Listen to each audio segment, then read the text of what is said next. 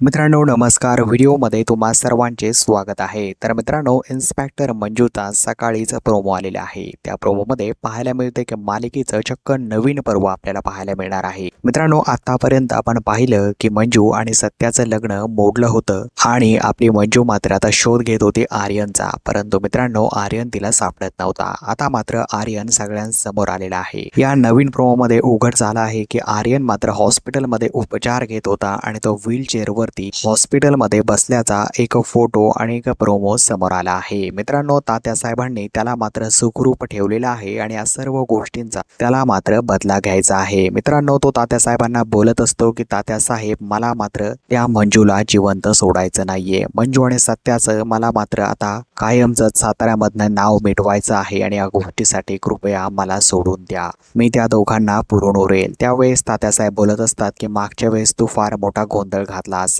आर्यन तू माझा एकुलता एक मुलगा आहेस आणि आता मात्र मी तुझा जीव धोक्यामध्ये टाकणार नाही. तर मित्रांनो तात्यासाहेब स्वतःच काहीतरी आता डोकं लावण्याचा प्रयत्न तिकडे करत असतात. तर पाहायला मिळते की काही दिवसानंतर आर्यन मात्र आता डिस्चार्ज दिल्यानंतर घरी जाणार आहे. तर मित्रांनो पुढील भागांमध्ये आर्यन नक्की काय करेल, तो खरोखरच शांत बसेल का काही बदला घेईल, पाहणं इंटरेस्टिंग असणार आहे. मित्रांनो पुढील भाग पाहण्यासाठी तुम्ही किती एक्सायटेड आहात हे आम्हाला कॉमेंट बॉक्समध्ये कॉमेंट करून नक्कीच सांगा आणि पुढील भागांच्या अशाच क्विक अपडेट करिता चॅनललाही सबस्क्राईब करून घ्या. भेटूया मित्रांनो अशाच एका नवीन प्रोमोमध्ये. धन्यवाद.